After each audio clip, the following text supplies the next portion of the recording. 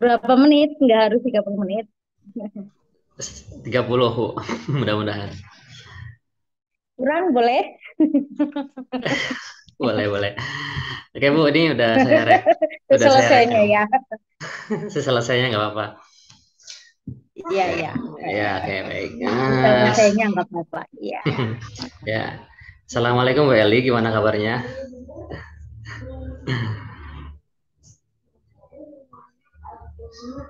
Waalaikumsalam. Sehat, Alhamdulillah. Iya, Gimana Pak Teddy? Sehat apa enggak? Alhamdulillah sehat Bu. Ini Ya, Ibu, keluarga saya sehat. Alhamdulillah sehat semuanya. Ini saya mau minta Ya. waktu Bu Eli untuk melakukan wawancara terkait dengan beberapa permasalahan seputar materi fisika di kelas, yaitu lebih spesifik ke materi dinamika gerak lurus, Ibu.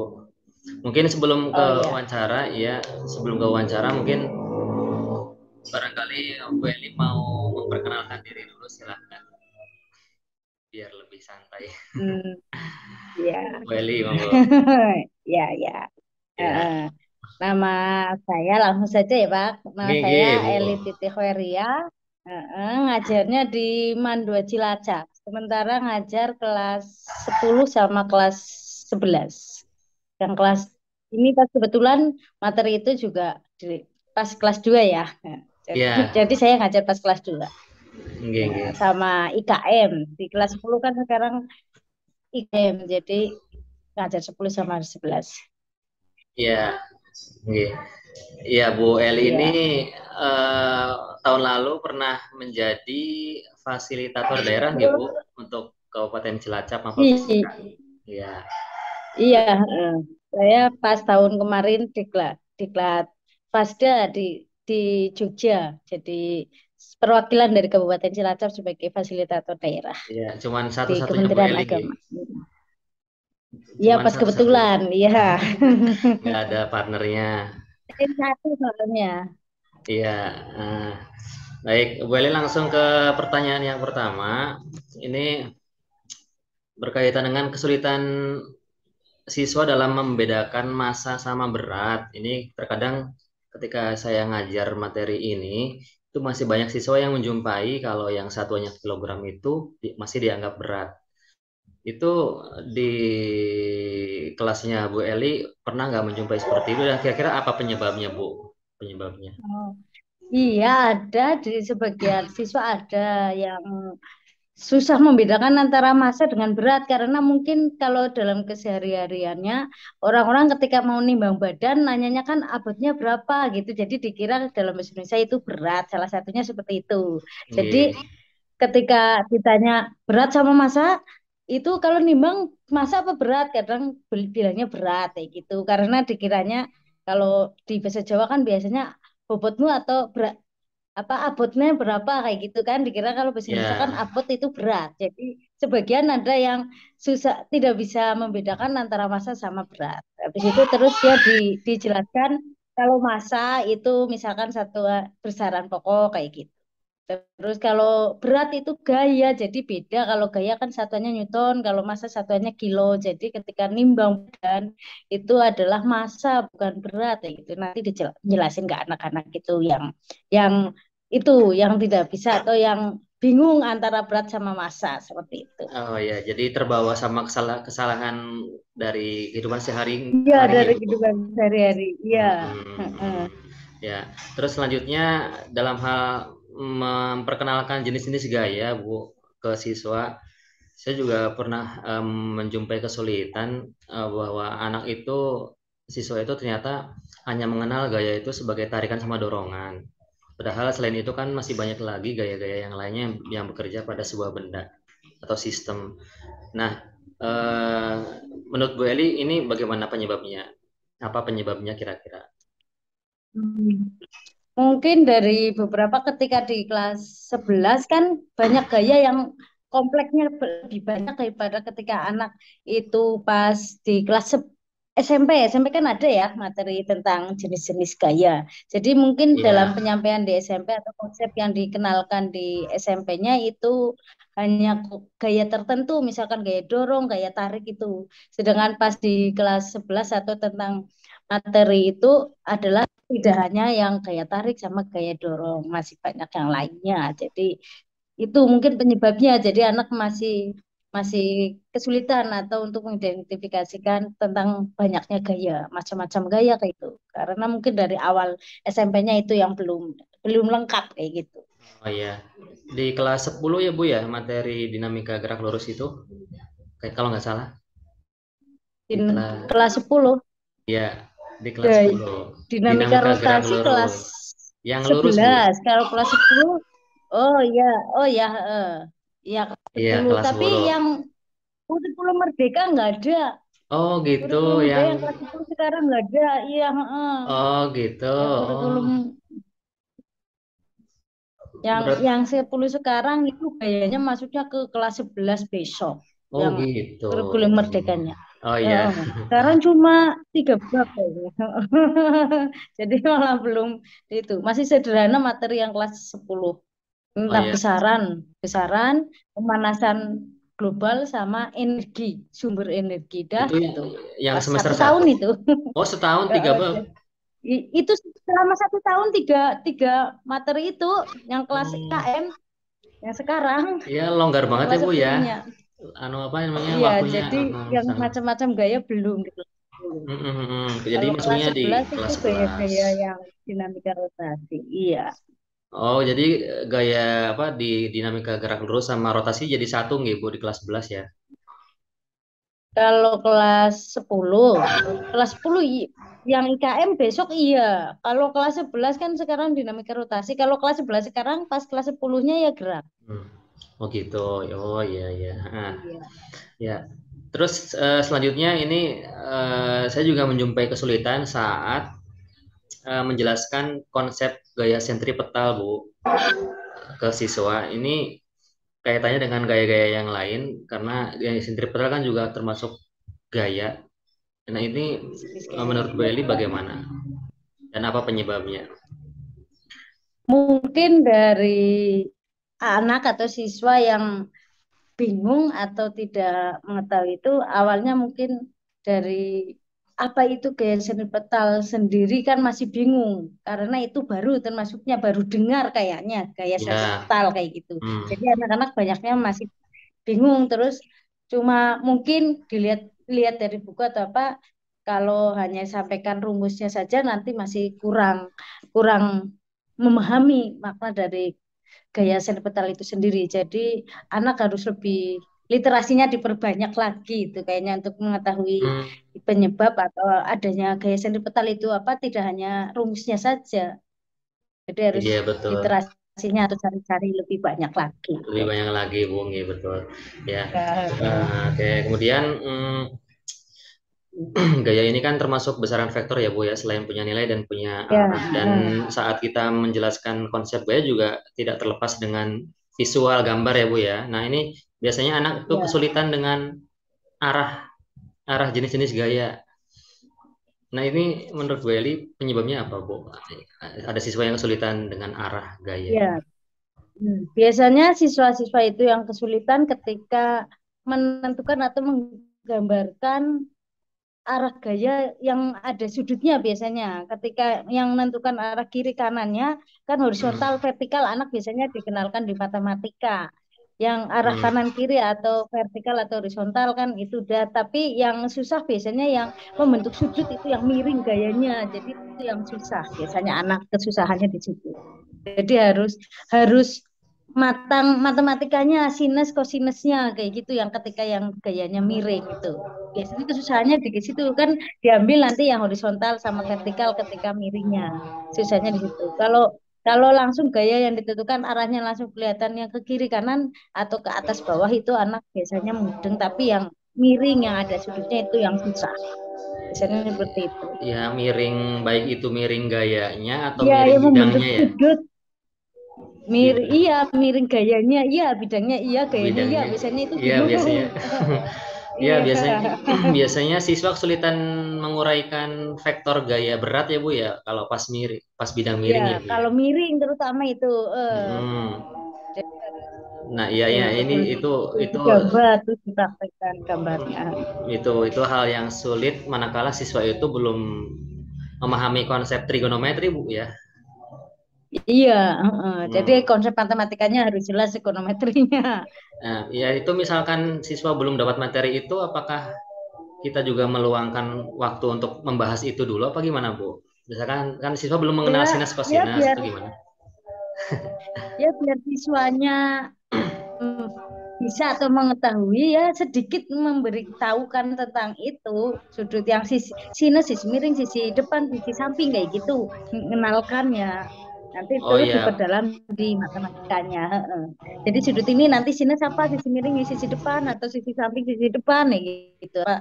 Sisi oh, samping sisi miring ya gitu ya dijelaskannya. Jadi dengan nanti anak akan dengan heeh. singkatan-singkatan, Bu ya biasanya ya, yang sisi depan, Iya depan, miring kayak biasanya. gitu. Oh iya. Sama itu nggak, Bu, dengan siswa harus menghafal ini nggak, Bu? Apa sudut istimewa, kan biasanya yang dipakai sudut-sudut istimewa itu. Ya. Itu kalau sampai menentukan besarnya. Sudut istimewa itu biasanya kan anak suruh di matematika atau di kelas SMP kayaknya suruh hafal kayaknya. Kalau sudut istimewa. Oh Intinya iya. itu siswa harus terbiasa menggambarkan gaya-gayanya. Tuh, gaya-gaya Ya. yang ada. Nah, jadi kemudian eh,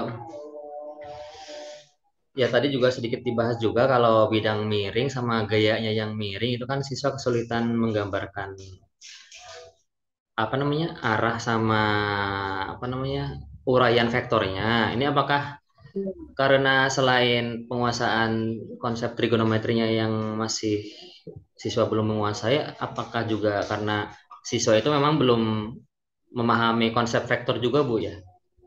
Vektor, Ya konsep vektor. bisa jadi itu karena vektor juga memahami materi vektor kan menentukan arah-arah gaya, arah-arah vektornya itu juga harus paham selain selain trigonometrinya. Jadi penentuan vektornya itu juga anak harus paham. Kalau nggak paham ya kesulitan ketika menentukan macam-macam gaya itu yang miring anu kiri kanannya gitu. Mm-mm. Ya, materi vektor kan di sebelum dinamika gerak lurus ya, Bu ya. Jadi harus Ya di kelas matang 10 dulu. tahun Hmm. kemarin yang kurtilas ya. Tortillas. Kalau yang IKM masuknya ke bab sendiri atau masuk ke besaran satuan? Kayaknya masih kelas 11 deh.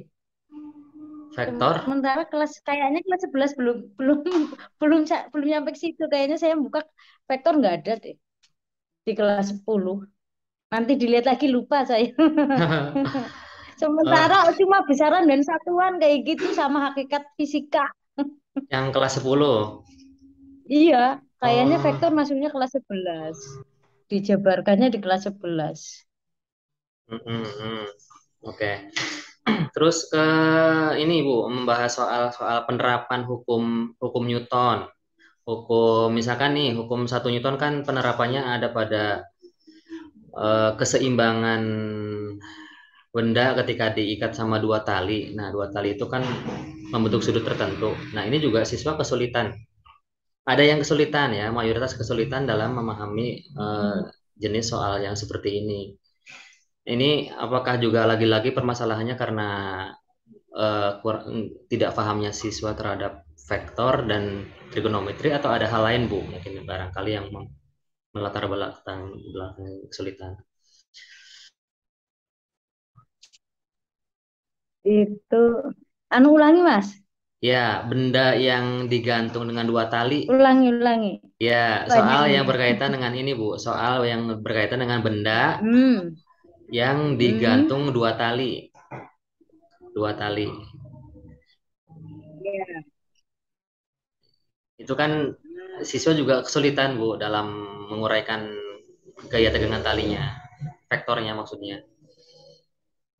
Itu menurut Bu Eli Ya. bagaimana? Ya itu berawal dari ya, ya mungkin dari siswa yang kesulitan dalam menentukan itu kan harus arah-arah gaya digambarkan kayak gitu. Ketika tidak Mm-mm. digambarkan nanti kesulitan untuk menyelesaikan penyelesaian soal yang seperti itu, soal yang ada talinya dikit-dikit kayak gitu. Kalau Ah, iya tidak betul. digambar itu iya jadi harus intinya siswa itu harus bisa menggambarkan gaya-gaya dan menguraikannya. Jadi dengan vektor juga. Ketika jadi rumus yang ada di situ bukan suruh dihafalkan, tapi harus digambar dulu. Habis itu kan lihat dari gambar vektornya bisa masukkan ke penyelesaian soal tersebut. Jadi intinya harus memahami vektor dan harus terbiasa menggambarkan penguraian gaya-gayanya. Itu yang Hmm. mungkin siswa tersebut karena nggak pernah gambar-gambar arah gaya penguraiannya, jadi dia kesulitan. Kayak Hmm. gitu. Digambarkan maksudnya yang dimaksud Bu Eli Arah menggambarkan. gaya yang tali miring, Iya betul. kan Ya. ada Mm-mm. tegangan talinya. Nah, ketika hanya Ya. melihat gambar di soal tok, anak kan kadang susah untuk menyelesaikan soalnya. Ya kan, ketika hanya Mm-mm. lihat gambar. Jadi yang pertama sebelum menyelesaikan soal, itu siswa harus bisa menguraikan gaya yang miring jadi kiri kanan, atas bawah kayak gitu. Ketika sudah masuk, terus anak suruh menyelesaikan jumlah gaya yang di hukum Newton 1 2. Kalau dia bergerak berarti pakai hukum Newton 2, kalau diam atau setimbang pakai hukum Newton 1. Habis itu suruh lihat, lihat gambarmu arah kiri kanannya yang ada gaya apa saja kayak gitu. Jadi Oh, biar anak tidak pusing, bukan bilang rumusnya banyak banget gitu. iya. Maksudnya Kayak gitu. Jadi harus digambar, intinya tahu vektornya, bisa mm, menggambarkan. digambar pada ini Digambar Bu. penguraian gayanya itu Oh ya, dalam diagram Kartesius ya Bu ya, di sumbu X dan sumbu Y ya, penguraiannya. digambar. Iya, Iya. heeh. Mm-mm. Iya. Ya, nanti kan akan kelihatan di situ kalau di diagram Kartesius kan ada yang kalau yang setimbang kan kayak yang ke kanan positif, ke kiri negatif ya Bu ya, ke atas Iya, ke kiri positif. ke negatif. Iya, itu jadi Hmm. dikaitkan biar ada kaitannya dengan kartesius. Jadi yang ke kanan bikin positif, yang ke kiri negatif. Tapi yang susah itu biasanya kalau gambar saja dia tidak menggambarkan ketika tegangan talinya miring itu. Ah Kan ya miring kadang betul. bingung. Jadi Mm-mm, harus mm. digambar gitu. Jadi harus terbiasa gambar vektor itu Ya gaya-gayanya. ya. Ya Bisa. itu. Nah, ini kalau misalkan penerapan yang lain pada hukum 2 Newton, yang ini Bu, yang katrol Bu, yang katrol yang Hmm, di situ ada dua benda atau dua massa. Nah, salah satunya lebih besar masanya itu kan bisa. otomatis akan sistemnya akan bergerak Bu ya, akan mengalami Ya. percepatan. Nah, itu siswa kadang miskonsepsi di situ. Jadi nanti kalau misalkan gaya tegangan talinya ke atas itu positif, yang ke bawah negatif. Padahal kan itu bergantung dengan arah percepatan Bu ya. Nah, itu siswa yang Iya. kesulitan kayak gitu gimana Bu? Penyebabnya apa kira-kira? Jadi ketika ada siswa yang kesulitan, mungkin dia tidak memahami tentang arah gerakan benda itu. Jadi sebelum Ya. anak biar bisa paham ketika kesulitan, itu diberi pertanyaan, dilihat bendanya lebih besar yang mana, masanya kayak gitu. Mm-mm. Dipancing dengan pertanyaan-pertanyaan. Nanti kira-kira kalau kamu misalkan diimplementasikan ke kehidupan sehari-hari, misalkan lagi nimba air atau apa kayak gitu ya. Kira-kira Ya. yang ke bawah yang mana kayak gitu.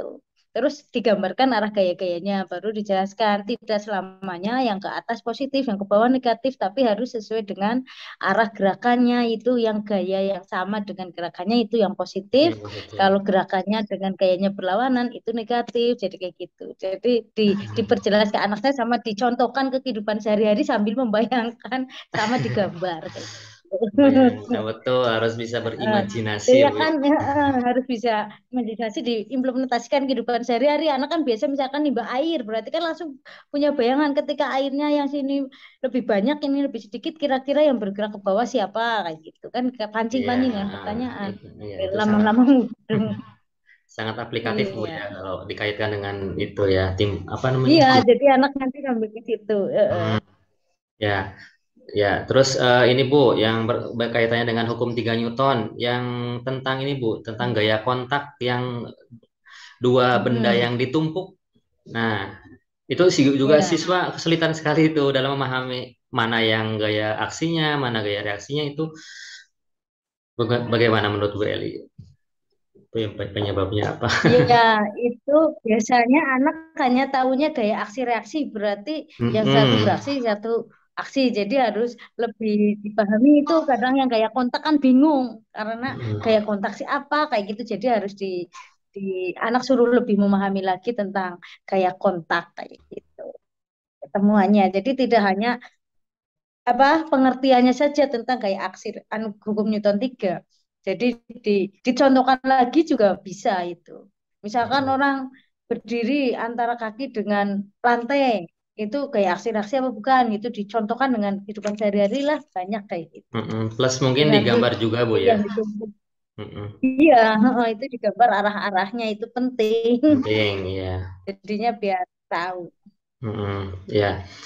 Terus ini Bu, permasalahan tentang hubungan guru dengan siswa ini Bu, terutama untuk siswa yang pasti di kelas tuh ada yang punya kemampuan matematika yang rendah Bu ya. Nah itu kalau yang saya perhatikan itu biasanya mereka pasif, malu bertanya dan juga enggan mencoba menyelesaikan soal biasanya menunggu temannya dulu selesai baru dia kemudian eh, nyontek dan sebagainya itu menurut Bu Eli bagaimana dan penyebabnya apa? Ya biasanya kalau misalkan anak yang pasif itu biasanya cenderungnya dianya malu-malu yang pertama, malu Mm-mm. atau takut. Itu biasanya kan ada rasa takut untuk bertanya, takutnya salah, takutnya apa kayak gitu. Jadi mungkin itu yang susah atau banyak yang dijumpai di siswa-siswa yang ketika suruh bertanya jarang ada anak yang bertanya karena mungkin dianya cenderung pasif sama dianya malu-malu. Jadi ketika diberi kesempatan untuk bertanya, enggak pada bertanya, misalkan seperti itu, karena bingung ketika mau bertanya, takutnya salah, takutnya gimana kayak gitu. Terus Mm-mm. jadi untuk mengatasi seperti itu biasanya dipancing-pancing dengan pertanyaan, nanti ditunjuk atau siapa yang mau menjawab kayak gitu, yang Oh menjurus iya. ke pertanyaan itu. Jadi dipancing, tunjuk sana sini atau kadang menentukan dengan tanggal hari ini apa-apa gitu dimodifikasi atau dengan apalah kayak gitu.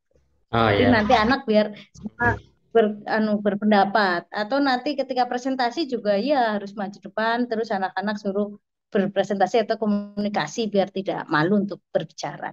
Oh, Dilatih itu nggih, nggih, Bu. presentasi. Oke. Nah, terus ini untuk ketika kita menjelaskan penerapan hukum Newton kan ada beberapa anak tuh yang mungkin jenuh dengan gambar biasa di papan tulis, Bu ya. Nah, ini mungkin ada inovasi lain yang bisa kita tunjukkan ke anak, apakah lewat apa video atau foto atau mungkin yang pernah Bu Eli pernah lakukan selain dengan cara biasa menggambar di papan tulis itu apa untuk bisa memvisualisasikan penerapan hukum Newton ke siswa tuh. Oh, ya mungkin itu selain digambarkan di itu juga anak disuruh praktek, kadang praktek yang Mm-mm. sederhana, yang alatnya ada di lab, kadang seperti itu, kadang yang diterapkan yang kira-kira mudah untuk dipahami anak sama mudah untuk dipraktekkan, kayak gitu. Jadi kadang benda-benda atau alat-alat yang ada di sekitar rumah biar anak misalkan itu terus bisa di lab bisa dibawa mana-mana biar tidak jenuh kadang di luar apa di kelas atau di mana itu kadang Mm-mm. prakteknya seperti itu bukan yang benda-benda yang sederhana atau benda yang dari lab kayak gitu Oh ya, misalnya seperti itu. iya Bu, berkaitan dengan praktikum ya Bu, misalkan kalau di sekolah saya kan memang alat setnya kan udah banyak yang rusak dan banyak yang tidak bisa digunakan.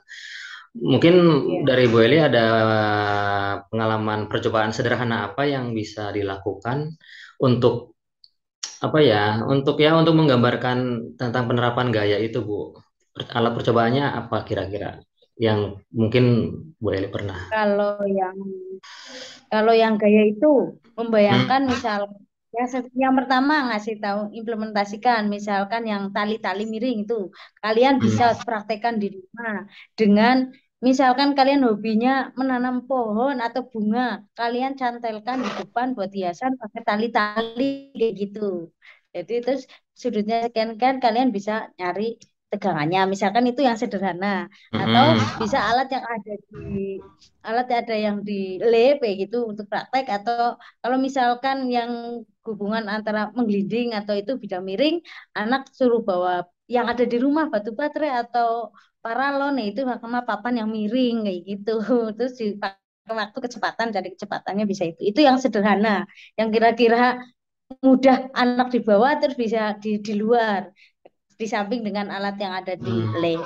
Selain itu, kalau misalkan alat di lab nggak ada, terus susah di sekitar rumah nggak ada, ya mungkin itu di video atau di video yang dari internet atau aplikasi, Pet ya, Bu? misalkan Matlab atau apa, iya Oh iya gitu. itu. Jadi aplikasi memasukkan angka, nanti ada gambarnya atau apanya kayak gitu. Oh iya Ibu. Oke. Oh, Ibu, ini terakhir berkaitan dengan soal-soal HOTS, Bu. Ini biasanya Bu Eli juga apakah menyisipkan sesekali beberapa soal HOTS? Ada apa yang Bu Eli jumpai tentang kesulitan dalam menjelaskan soal HOTS ini ke anak berkaitan dengan materi ini, Bu? Ah, biasanya ketika ya disisipkan ketika latihan soal itu disisipkan soal-soal yang hot atau soal-soal yang biasa keluar di UTBK kayak gitu kan. Untuk kedepannya kan anak-anak misalkan untuk kuliah kan harus melalui SBMPTN atau UTBK kayak gitu ya, mesti ada soal Ya. yang hot. Jadi ketika ada pelajaran itu ya diselingi dengan soal-soal hot kayak gitu. Soal hot kan aplikasi antara misalkan materi 1 dengan 2 digabung jadi satu cara penyelesaiannya kayak gitu. Jadi kan harus sering-sering diberi soal hot itu untuk biar terbiasa mengerjakan soalnya. Jadi untuk persiapan ke UTBK juga. Oh, jadi malah Seperti itu. malah harus diperbanyak latihan soal hotnya, Bu ya, bukan malah Iya, latihan soal diperbanyak. hotnya. Iya, heeh. Biar persiapan UTBK itu buat SBMPTN kan soalnya lebih susah. Seperti soalnya hot itu harus perlu analisis. Jadi kalau nggak terbiasa nanti kaget. Jadi udah dibiasakan untuk menyisipkan soal-soal yang hot untuk persiapan anak nanti ketika udah kelas 3 mau melanjutkan ke perguruan tinggi negeri yang melalui jalur SBMPTN. Jadi ada soal hotnya biasanya atau soal yang biasa keluar di UTBK lah kayak gitu. Ya, dimasukkan juga nggak Bu ke misalkan ke soal ulangan harian atau ke soal tengah semester atau cuman untuk sekedar kegiatan di kelas aja, Bu, soal HOTS itu? Ya, ya, untuk soal semesteran kan itu ada tahap soal dari soal sederhana, sedang, terus sukar ya biasanya dimasukkan. Ada yang kan ada tingkat kesukarannya yang tinggi kayak gitu. Jadi walaupun hanya berapa persen, misalkan 10% atau 20% dari soal yang ada itu disisipkan. Biar ada tingkat kesukaran rendah, sedang, sama tingginya. Jadi menguji seperti itu. Oh iya. Baik Bu. Terakhir mungkin sebelum diakhiri dari Bu Eli ada apa namanya? Ada masukan bagaimana biar anak-anak itu di kelas lebih terpacu lagi untuk bisa belajar fisika, Bu. Kadang kan anak jenuh, boring, terus biar lebih menyenangkan lagi apa aja kira-kira yang bisa guru lakukan, Bu. Ya mungkin dalam hal mengajar di fisika itu Mm-mm. yang pertama itu ya apa menerapkan ke anak-anak bahwa fisika itu tidak sulit ya, atau senang itu Iya. diterapkan ke kehidupan. Banyak dulu yang penerapan dari kehidupan sehari-hari di sekitar kita yang belajar tentang fisika kayak gitu biar anak lebih menarik ke fisika lagi itu dari Mm. motivasi dari terus sering sering ngasih apa jangan bikin anak jangan bawa beban-beban kayak gitu ya sambil bercanda atau sambil kasih es breaking atau kasih video atau apa gitulah jadi biar anak tidak terbebani kayak gitu terus Iya. sambil mengimplikasikan kehidupan sehari-hari sambil disela-sela nih praktek atau sambil itulah jadi saling kolaborasi semuanya biar anak tidak bosan dalam Oh iya. belajar fisikanya. Oke, baik. Terima kasih Bu Eli atas pemaparannya. Luar biasa sekali. Ya. Banyak sekali pengalaman yang bisa diterapkan. Sama-sama, pengalamannya cuma sedikit. Iya, oke. Terima kasih Bu Eli atas waktunya dan Oke, kesempatannya. sama-sama. Saya Ya. akhiri. Assalamualaikum warahmatullahi wabarakatuh. Waalaikumsalam warahmatullahi wabarakatuh.